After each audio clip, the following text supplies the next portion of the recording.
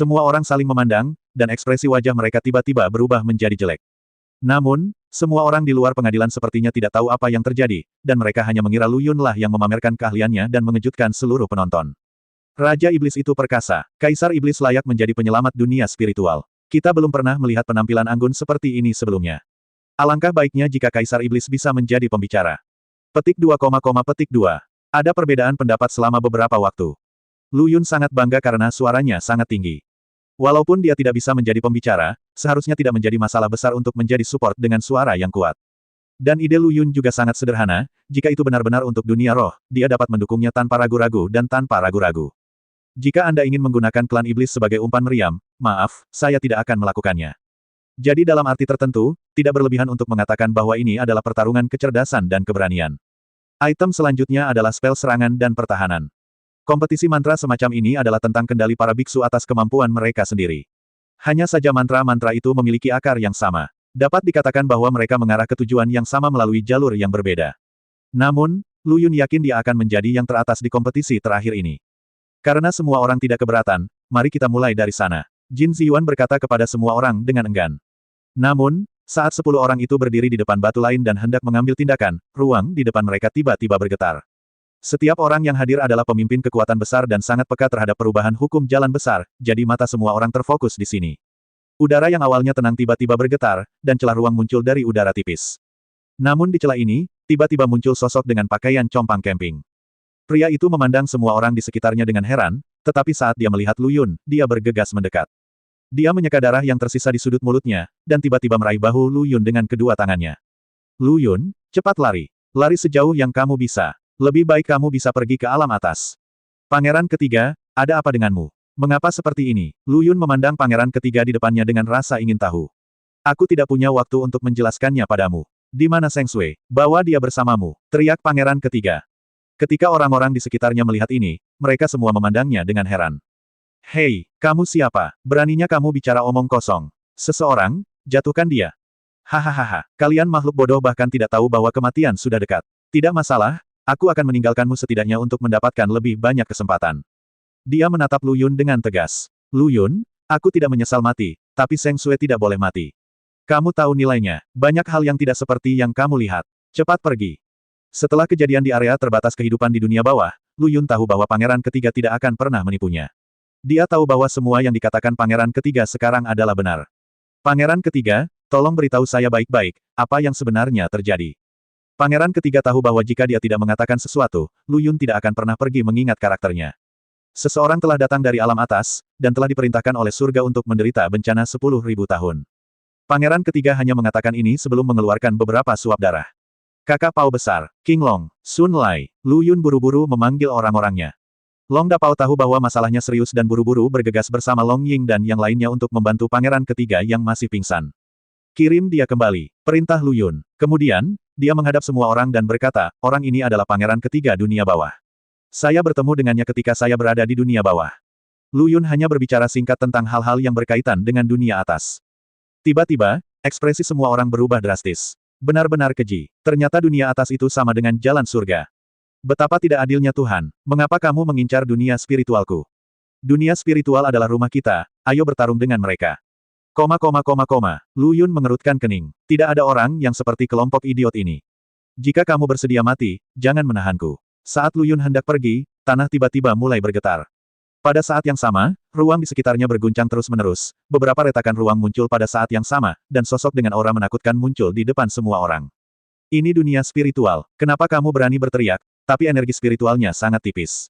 Hahaha, aku akan membunuh semua orang dan tidak meninggalkan siapapun. Bau busuk, dan kutu busuk ini, mereka harus dibunuh. Petik 2, petik 2.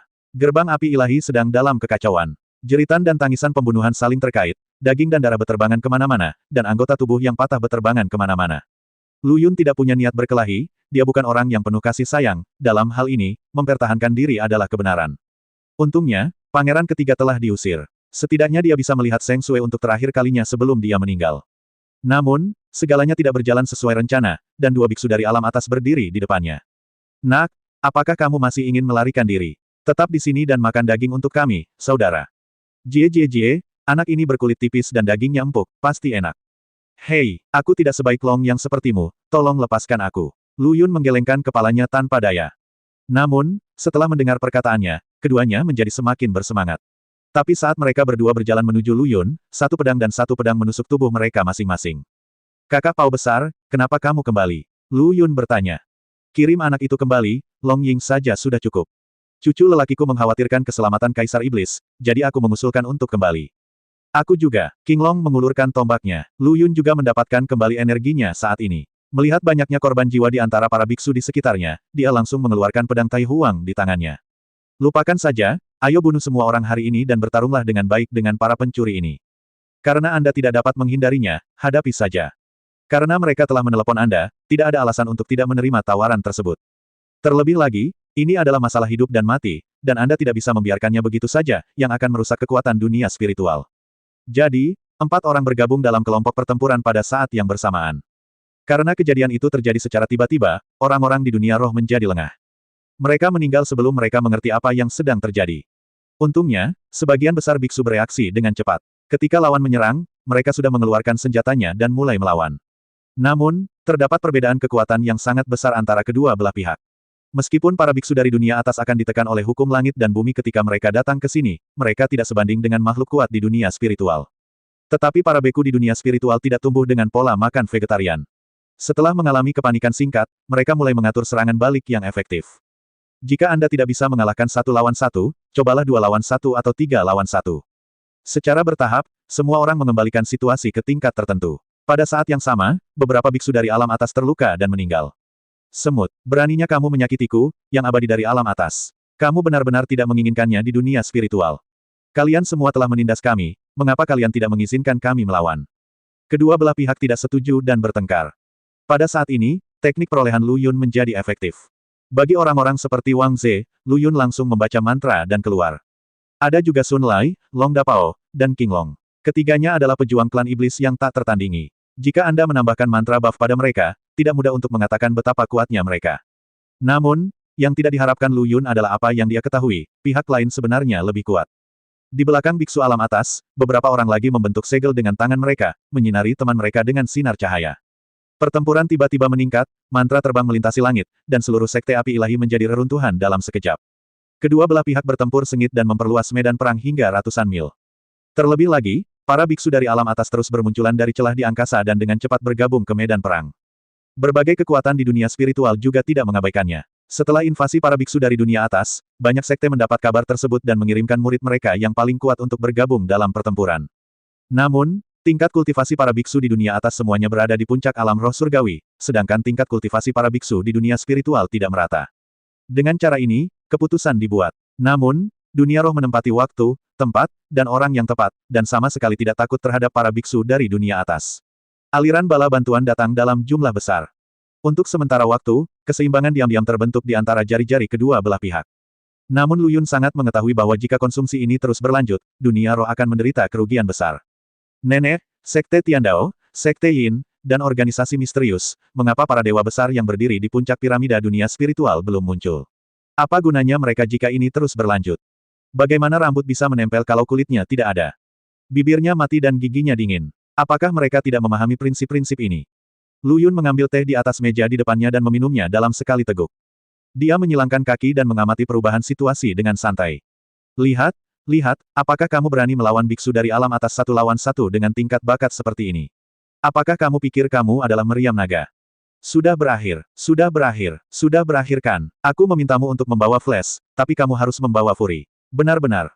Hei, hei, hei. Tarik, kamu mengambil 2 busur dan anak panah, belati yang digunakan orang lain, dan kamu bersikeras untuk bermain jarak dekat dengan mereka. Tarik, tarik, hei, hilang lagi. Lu Yun tampak kesal dan hanya minum teh sendirian, mengabaikan para biksu yang tidak punya pikiran itu. Bukan karena dia suka melihat keseruannya, karena tidak masuk akal untuk mengambil tindakan saat ini. Membunuh beberapa biksu alam atas akan menarik lebih banyak biksu alam atas.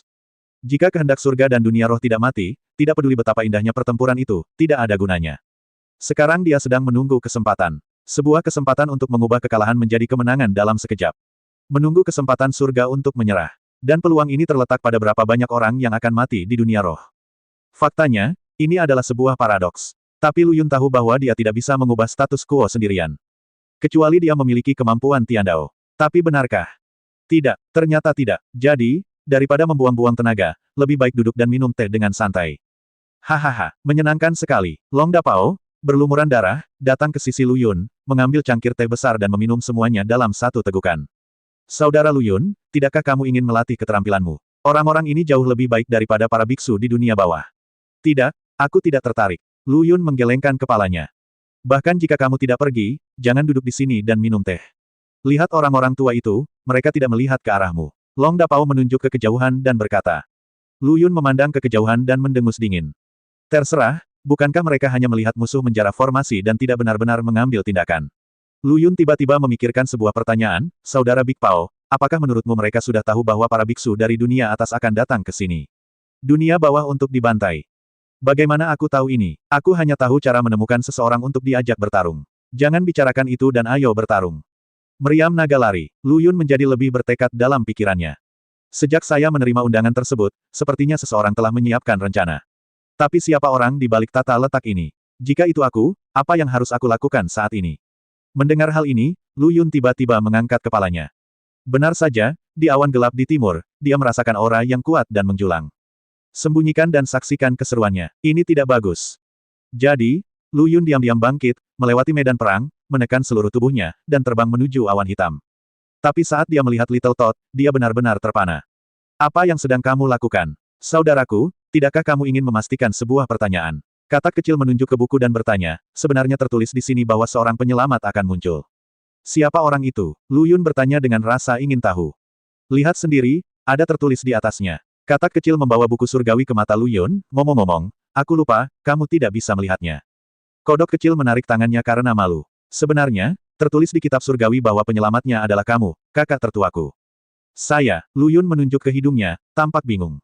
Ya, itu kamu, saudaraku, apakah kamu percaya dengan apa yang aku katakan?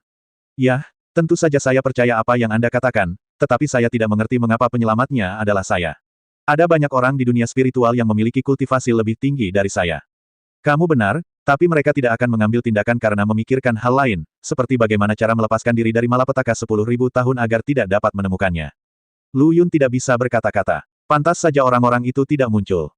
Saat dia tertegun, sosok katak kecil perlahan menghilang. Hei, aku masih punya pertanyaan untuk ditanyakan. Siapa yang menemukan biksu dari dunia atas? Berapa banyak biksu lain yang datang untuk bergabung dalam perang? Saudaraku, tunggu saja. Saat kamu perlu mengambil tindakan, kamu secara alami akan mengerti. Apa-apaan, Lu Yun ingin sekali memukul seseorang. Untungnya kamu berlari cepat. Lu Yun tidak kembali, tetapi tetap tinggal di lokasi di mana katak kecil baru saja bersembunyi. Dia melihat ke medan perang dan tiba-tiba menyadari bahwa posisi ini adalah tempat terbaik untuk menonton. Di saat yang sama, ia juga menemukan petunjuk penting. Ternyata kemunculan para biksu alam atas mengandalkan sebuah formasi. Dia bisa mengetahui hal ini karena apa yang dia peroleh setelah mengembangkan 12 manik emas sebelumnya. Benar saja, jika mereka ingin datang ke dunia roh dan memaksimalkan kultivasinya, mereka pasti membutuhkan sesuatu. Lu Yun terkejut dengan penemuannya. Apakah ini berarti mengubah tempat atau menghancurkan lingkaran sihir dapat mengurangi kekuatan para biksu di dunia atas? Jadi, ini saatnya kodok kecil memintaku untuk menunggu. Lu Yun berkata pada dirinya sendiri, bahkan jika ini masalahnya, kapan aku harus mengambil tindakan? Pertanyaan seperti itu membuatnya bingung. Hanya ada dua cara untuk menghancurkan lingkaran sihir. Yang pertama adalah dengan mengalahkan 10 kelompok dengan satu kekuatan dan menerobosnya dengan keras. Tetapi metode ini jelas tidak dapat dilakukan saat ini. Bagaimana bisa ada begitu banyak biksu di dunia atas yang mengizinkan Anda untuk masuk dan keluar sesuka hati? Cara lainnya adalah dengan memahami mata formasi, lalu menggunakan metode memecahkan formasi untuk memecahkannya. Tapi Lu Yun tidak bisa menemukan mata formasinya. Sepertinya hanya ada satu cara. Pangeran ketiga dikirim kembali ke klan iblis. Seluruh klan iblis sudah siap, menunggu perintah Lu Yun untuk pergi ke medan perang. Long Ying memberikan perawatan sederhana kepada pangeran ketiga agar dia bisa tetap dalam kondisi baik ketika melihat Seng Sui. Ketika Seng Sui mendengar bahwa pangeran ketiganya telah tiba, dia buru-buru bangun dan merias wajah. Setelah tidak bertemu selama berhari-hari, dia ingin menunjukkan sisi terbaiknya kepada kakaknya, pangeran ketiga. Pangeran ketiga memiliki ide yang sama dengannya. Dia tidak hanya mengganti pakaiannya, dia juga meminta Long Ying untuk membentuk kembali wajahnya. Ahem, bisakah aku melihat Seng Sui dalam keadaan seperti ini? Long Ying mengangguk dengan agak tertekan. Apakah pria di depanku ini masih pangeran ketiga yang pernah sombong di dunia bawah? Oke, aku baik-baik saja sekarang. Long Ying berhasil tersenyum, Seng Sui akan sangat senang bertemu denganmu.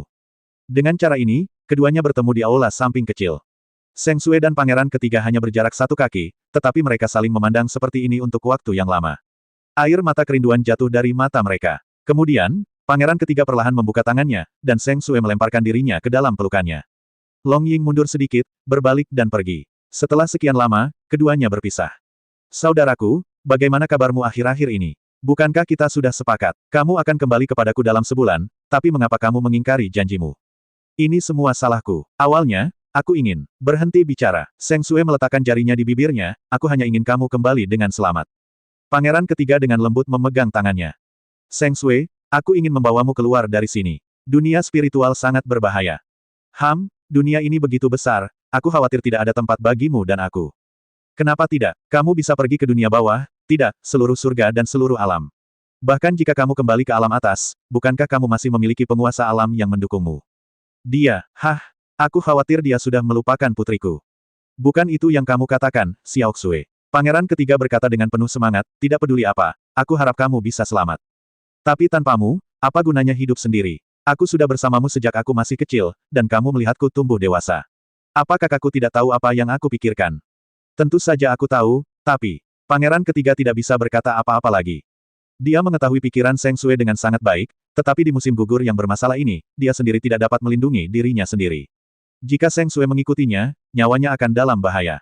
Dia ingin menjaga Seng Sue tetap aman, tetapi dia tidak bisa mengandalkan kekuatannya sendiri, yang membuatnya merasa tidak berdaya. Hei, sambil menghela nafas, wajah pangeran ketiga langsung menjadi gelap. Apa, kamu tidak ingin aku mengikutimu? Tanya Seng Sue. Tidak, itu karena aku terlalu lemah untuk melindungimu. Pangeran ketiga berkata dengan tegas, tidak peduli apa, aku hanya ingin kamu hidup damai. Aku akan membicarakan hal lain nanti. Seng Sue bukanlah wanita tertua, jadi dia secara alami memahami apa yang dikatakan pangeran ketiga. Dia ingin membawanya pergi dan mencari tempat yang aman untuk bersembunyi.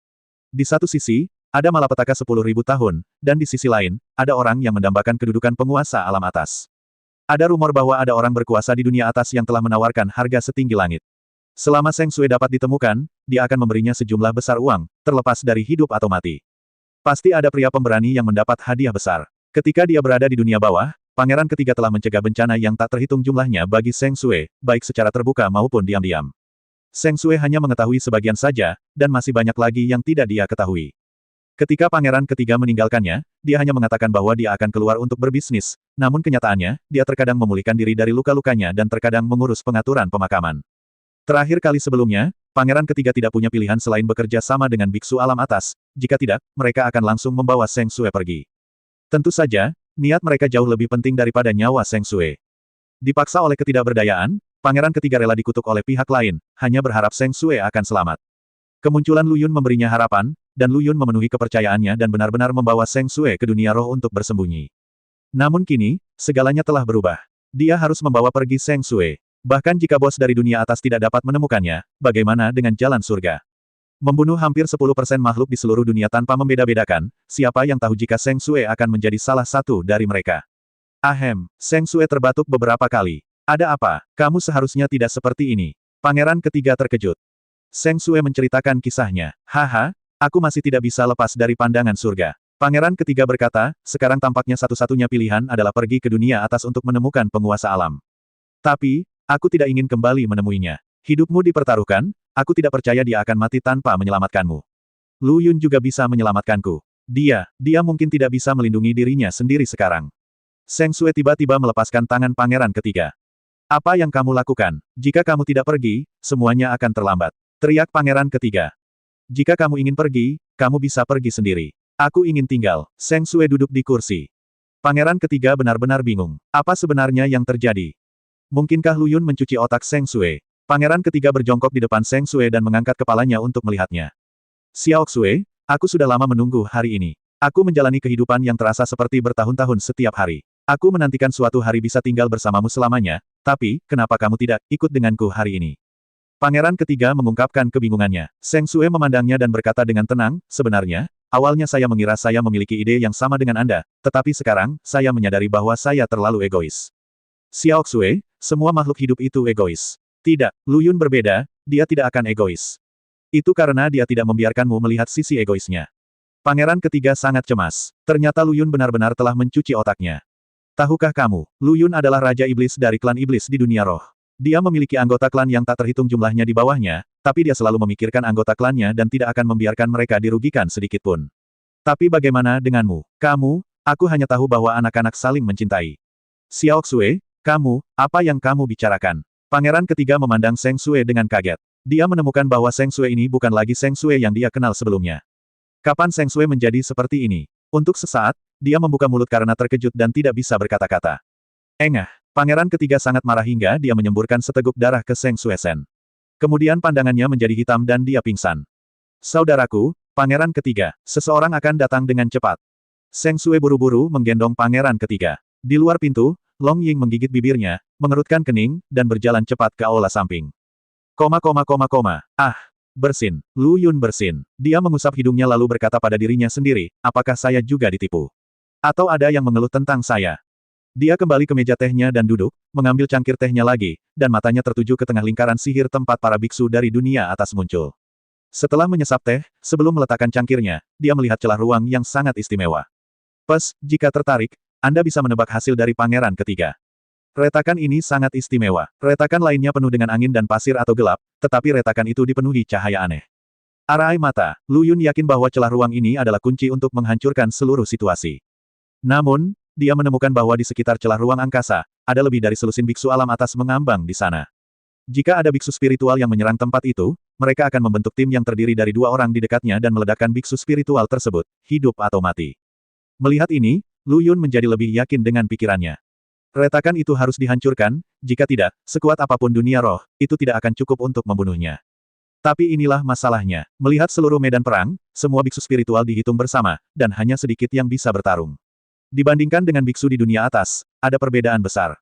Selain itu, situasi saat ini sangat pesimistis. Bahkan jika Lu Yun ingin menghancurkan formasi, dia harus melakukannya dengan tenang dan tidak dengan meriah. Secara kebetulan, King Long Fei kembali ke Lu Yun. Tuan Kaisar Iblis, apakah kamu tidak akan mengambil tindakan? Melihat formasi penjarahan musuh, tanpa tekananku, para biksu dari alam atas mungkin akan menjadi lebih sombong. Tuanku Kaisar Iblis, jam berapa sekarang? Apakah kamu masih ingin minum teh? Hehe, biar ku beritahu, teh ini bukan untuk apa-apa. Lu Yun berkata sambil tersenyum, aku telah menemukan poin kuncinya. Apa kuncinya? Lu Yun membungkuk dan berbisik, di antara biksu alam atas, ada celah ruang yang unik. Saya curiga itu adalah mata formasi. Itu harus dihancurkan. Arai, di mana itu? Jangan melihat-lihat, berhati-hatilah agar tidak ketahuan oleh mereka. Lu Yun menjelaskan, panggil saudara Big Pao dan Sun Lai untuk melihat apakah ada peluang untuk menghancurkan celah luar angkasa, pekerjaan yang bagus. Hei, Tuan Kaisar Iblis, tolong bantu aku. King Long berbalik dan kembali ke medan perang.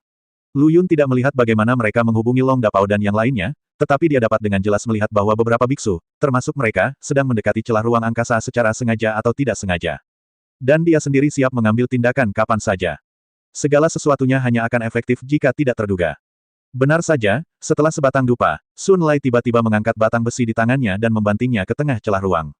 Serangan dengan aura destruktif datang dalam sekejap. Para biksu alam atas yang menjaga di sekitar celah ruang tiba-tiba mengubah ekspresi mereka.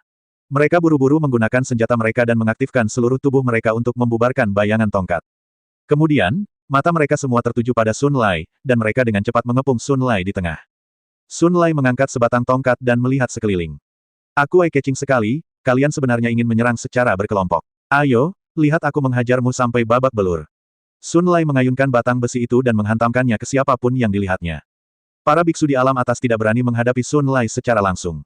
Mereka hanya bersembunyi di sana-sini, mencari peluang. Lu Yun dapat melihat dengan jelas dari kejauhan bahwa meskipun Sun Lai menarikan tongkat besi dengan kekuatan yang besar, serangannya lebih sedikit daripada pertahanan dan lebih memperhatikan untuk melindungi keselamatannya sendiri. Monyet iblis benar-benar lebih pintar dari nenek moyangmu. Lu Yunan memuji.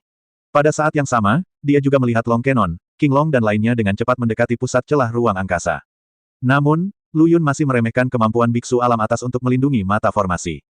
Tepat ketika semua orang menggunakan senjata untuk menyerang celah itu, 20 biksu alam atas tiba-tiba mengepung mereka, berusaha mati-matian untuk menangkap gerakan Long Kenon dan yang lainnya. Sudah berakhir, ditemukan. Lu Yun berdiri, memegang pedang Tai Huang dan bergegas ke medan perang. Kesempatan tidak boleh datang lagi. Jika celah ruang angkasa tidak dapat dihancurkan sekarang, pada saat para biksu alam atas bereaksi, semuanya sudah terlambat. Pedang Tai Huang memancarkan seberkas cahaya dan langsung menuju celah angkasa.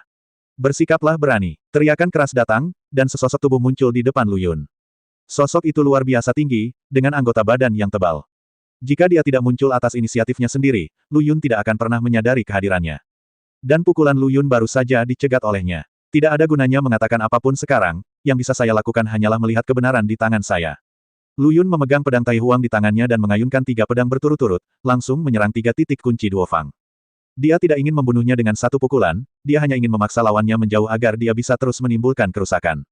Namun, pria kekar itu sama sekali tidak takut. Dia tiba-tiba mengayunkan palu godam di tangannya dan memukul pedang dengan kuat, menghancurkan 2 balok pedang lainnya menjadi beberapa bagian. Gaya bertarung putus asa ini mengejutkan Lu Yun. Tapi karena ini, Lu Yun juga langsung tenang. Karena dia dapat menemukan bahwa ini adalah pintu masuk formasi, lawan harus bertahan dengan ketat di sini. Tapi itu juga membenarkan dugaan Lu Yun yang lain, bahwa celah luar angkasa itu sangat rapuh, jika tidak, mereka tidak akan mengirim begitu banyak orang untuk mengurusnya.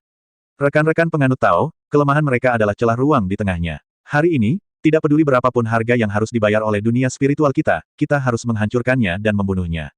Mengikuti perintah Lu Yun, para biksu di dekatnya segera menyingkirkan lawan mereka dan bergegas menuju Lu Yun. Nak, jika mereka mati, seluruh hidup mereka akan dicatat padamu. Huru-hara yang lebih intens dimulai di tengah celah ruang angkasa. Keuntungan dari dunia spiritual adalah terdapat banyak beku, lebih dari 3 kali lipat jumlah beku di dunia atas. Namun meski dalam keadaan seperti itu, dunia spiritual masih mengalami kerugian besar. Namun, setelah membayar harga yang begitu mahal, ada imbalannya. Semua biksu spiritual telah mengambil beberapa langkah lebih dekat ke celah luar angkasa. Saya yakin selama kita bisa menyerang lawan beberapa kali lagi, kita pasti punya peluang untuk menyentuh celah ruang. Namun, setelah beberapa serangan berturut-turut, tidak ada kemajuan di dunia spiritual, malah banyak nyawa yang hilang. Mundur, cepat mundur, Lu Yun memberi perintah. Tetapi pihak lain tidak bodoh. Ketika para beku spiritual mundur, para beku spiritual tersebut mengusir mereka dan membunuh beberapa orang lagi. Tuan Kaisar Iblis, kita tidak bisa terus seperti ini. Sebelum kita bisa menghancurkan celah luar angkasa, semua orang kita akan mati. Bagaimana mungkin Lu Yun tidak memahami kebenaran ini? Namun para biksu di dunia spiritual bertekad untuk melindungi celah ruang angkasa ini. Hanya jika mereka berkerumun dan menggunakan taktik laut manusia dan taktik putus asa barulah mereka dapat memiliki peluang. Tapi ayolah, dia tidak tega melihat begitu banyak orang meninggal. Jangan melawan, mungkin lebih banyak orang yang akan mati. Dia mengertakkan gigi dan pedang Tai Huang di tangannya sedikit bergetar. Setelah beberapa perjuangan mental, dia akhirnya mengayunkan pedang Tai Huang ke depan. Membunuh. Para beku di dunia spiritual tampaknya putus asa untuk hidup mereka, mengangkat senjata mereka dan bergegas maju. Jika kamu ingin melawan, kamu harus melawan. Jika terjadi perkelahian, kematian tidak bisa dihindari. Agar lebih banyak orang yang bertahan, kita harus mengorbankan semua orang. Lu Yun juga bergegas langsung ke medan perang dengan tekad untuk mati. Para biksu dari alam atas berdiri siap dan membentuk formasi yang sangat unik untuk menghadapi serangan gencar dari alam roh. Tetapi ketika Lu Yun menemukannya, semuanya sudah terlambat. Namun, hal ini semakin membangkitkan semangat juang para biksu di dunia spiritual. Mereka berteriak keras, mengubah senjata di tangan mereka menjadi berbagai mantra, dan menyerang tengah celah ruang angkasa. Para biksu alam atas memberikan perlindungan untuk menahan serangan para biksu alam spiritual. Lu Yun mendengus dingin dan memukul perisai pelindung dengan pedangnya. Pedang ini menggunakan 80% kekuatannya. Bahkan seorang biksu di puncak alam roh surgawi tidak akan mudah untuk mengambil pedang ini. Namun, para biksu alam atas memperluas perlindungan mereka secara ekstrim, dan Lu Yun baru saja membuat celah pada tirai cahaya transparan. Namun retakan ini dikembalikan ke keadaan semula dalam sekejap. Ups, Lu Yun diam-diam mengatakan sesuatu yang buruk dan buru-buru berteriak agar semua orang mundur. Dia merasakan kekuatan yang tidak biasa. Di saat yang sama, sosok yang lebih agung muncul di celah ruang khusus itu. Amitabha, aku terlambat. Ketika sekelompok biksu dari alam atas melihat kedatangan seorang biksu tua, momentum mereka langsung mengendur. Banyak dari mereka yang memuntahkan seteguk darah karena baru saja mengonsumsinya begitu banyak. Lu Yun berdiri di depan semua orang dan memandang biksu di depannya. Biksu itu tampak sangat tua. Dia memiliki ratusan janggut putih, yang semuanya panjangnya lebih dari 3 kaki. Wajahnya dipenuhi kerutan yang bahkan bisa menjebak seekor lalat. Kamu biksu tua sangat tidak masuk akal. Para biksu penuh kasih sayang, tapi kamu datang untuk membunuh orang. Apa gunanya ini? Haha, kamu tidak sedang membicarakan saya, beku di alam atas. Saya, beku di alam atas, tidak terlalu memperhatikan. Beku agung itu tampak tua, tetapi dia sangat percaya diri. Lu Yun tahu bahwa dia tidak akan bisa menghancurkan celah luar angkasa hari ini apapun yang terjadi, tapi dia tidak mau melakukannya. Terus berkonfrontasi satu sama lain seperti ini tidak akan ada gunanya sama sekali bagi dunia spiritual. Para beku yang datang ke dunia spiritual dari alam atas semakin tinggi, tetapi apakah mereka adalah beku spiritual yang awalnya ada di sini atau mereka yang mendengar berita dan datang untuk mendukung mereka, bersama-sama mereka bukanlah tandingannya, orang-orang ini. Ini adalah dunia spiritual. Dunia spiritual memiliki aturannya sendiri untuk bertahan hidup di dunia spiritual. Jika Anda tidak tinggal di dunia atas, mengapa Anda datang ke dunia spiritual saya? Lu Yun ingin berunding dengan mereka. Meskipun dia tahu bahwa ini tidak ada gunanya sama sekali, dia tetap harus mencobanya, setidaknya memberi kesempatan kepada orang-orang di sisinya untuk bernapas. Letakkan pisau dagingmu dan segera jadilah Buddha. Tidak peduli di dunia mana kamu tinggal, kamu harus mengikuti kehendak surga. Mereka yang tidak boleh tertinggal akan mati. Hahaha, senang mengatakannya. Jika bukan karena kelemahan kami, apakah menurutmu kami akan berbicara omong kosong kepadamu di sini? Lu Yun ingin menghentikannya, tapi sudah terlambat. Dari sekte mana orang ini? Apa yang kamu bicarakan? Dia sangat ingin melangkah maju dan menghajar anak ini. Ini adalah fakta, dan dunia roh Anda harus mengakuinya. Biksu Agung melanjutkan, tanpa diduga, dua bencana sebelumnya gagal menyebabkan kerusakan fatal pada dunia roh. Tampaknya surga telah meremehkan Anda. Omong kosong apa yang kamu bicarakan, Biksu tua? Alasan mengapa kita bertahan sepenuhnya karena kemampuan kita sendiri. Apa hubungannya dengan jalan surga? Beku lain dari dunia spiritual mulai mengucapkan kata-kata arogan. Jangan katakan apapun, Lu Yun berteriak dengan tergesa-gesa. Dia tidak ingin menarik kebencian saat ini, bukankah hidup itu baik? Mengapa Anda ingin mencari kematian? Biksu Agung itu mengabaikannya, berbalik dan berkata kepada biksu alam atas di belakangnya, kita tidak punya banyak waktu. Kita harus menyelesaikan tugas yang diberikan oleh surga secepat mungkin. Jika tidak, tidak ada di antara kita yang akan mengalami kesulitan. Cepat mundur. Lu Yun melambaikan tangannya dan memerintahkan semua orang mundur. Beberapa orang sangat patuh dan berbalik dan pergi ketika Lu Yun memberi perintah, tetapi lebih banyak orang memandang biksu agung itu dengan enggan. Apakah kamu bodoh? Kami sama sekali bukan tandingannya. Mundur.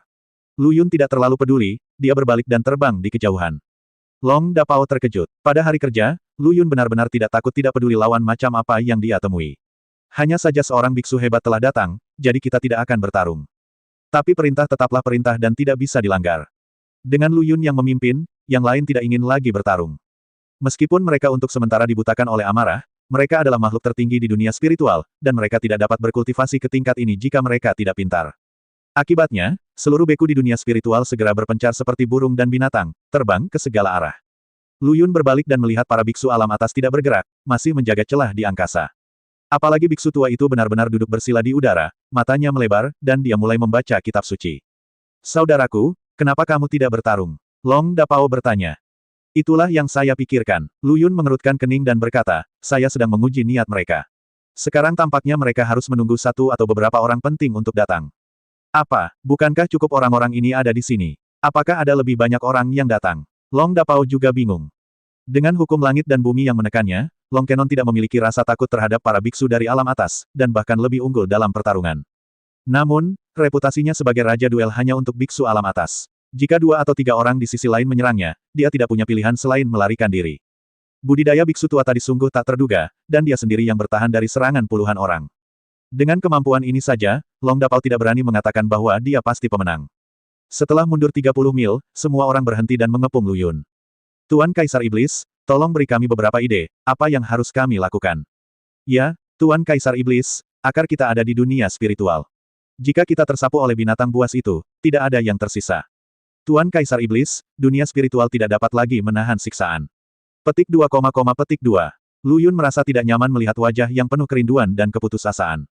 Tapi apa yang bisa dia lakukan? Ada pepatah mengatakan, sulit bagi wanita pintar membuat makanan tanpa sedotan. Bagaimana seseorang yang bahkan tidak memiliki bawahan yang kuat bisa melawan kekuatan dunia atas yang kuat? Cacing itu mengguncang pohon. Belalang itu bertindak seperti kereta. Mengapa dia ingin duduk santai dan menunggu kematian? Dia juga ingin mengusir para beku itu dari dunia spiritual, tetapi dia tidak bisa. Semuanya, saya, Lu Yun, tidak maha kuasa. Saya paling banter adalah biksu puncak alam roh surgawi. Dan orang-orang itu semuanya adalah biksu alam roh surgawi yang budidayanya telah ditekan. Bagaimana saya bisa bertarung seperti ini? Semua orang diam, dan tidak ada yang bisa menjelaskan alasannya. Karena kita tidak bisa melawan, kita harus mencari cara lain. Semua orang mengangkat kepala dan memandang Lu Yun. Lu Yun mengangkat sudut mulutnya dan tersenyum. Semuanya, pasti banyak kawan di sekte kalian yang masih terjangkit penyakit ini, kan? Menghadapi pertanyaan yang tiba-tiba dilontarkan oleh Lu Yun, semua orang saling memandang, bertanya-tanya apa yang ingin dia lakukan. Karena orang-orang itu berani masuk tanpa izin ke dunia spiritual saya, bagaimana kalau membiarkan mereka ikut serta dalam sebab dan akibat bencana 10.000 tahun?